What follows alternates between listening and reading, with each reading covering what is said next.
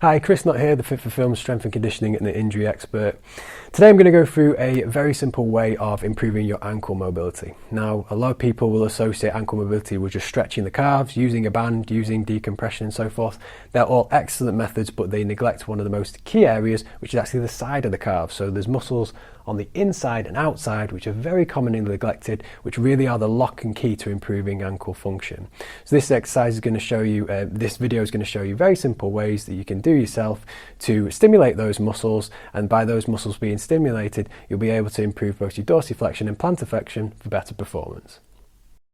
So the muscles I want to focus on here are actually on the inside, so the inside of my calf, and on the outside as well.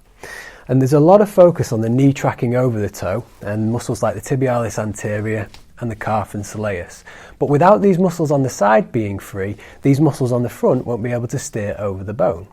So the way we can stimulate that is just applying some pressure at different parts of the foot. So if I want to target these inside muscles would bring the toes down and inwards. So I would be clawing in this direction. So imagine that you're bringing your toes towards you like that, and that's going to shorten these muscles on the inside.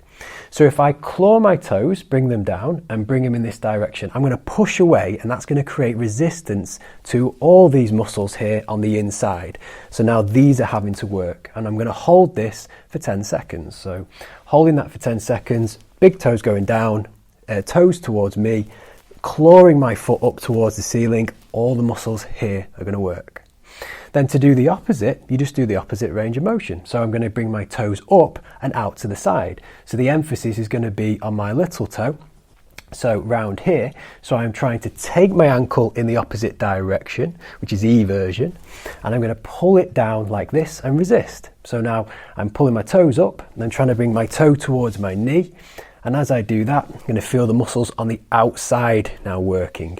So I'm trying to pull myself in. You can change the position to where you feel it much. So I'm now pulling my foot this way, so I'm going to pull it in the opposite direction. And again, I'm going to hold for 10 seconds. Now once I've done this, so we've got a stimulation to both sides, just simply do some circles with your foot. So do 10 in one direction, 10 in the other direction. If you feel that one direction is harder than the other, focus on the muscles on that side. So if it feels more challenging to go outwards, then work on the muscles on the outside. If it feels more challenging to go inwards, focus on the muscles on the inside.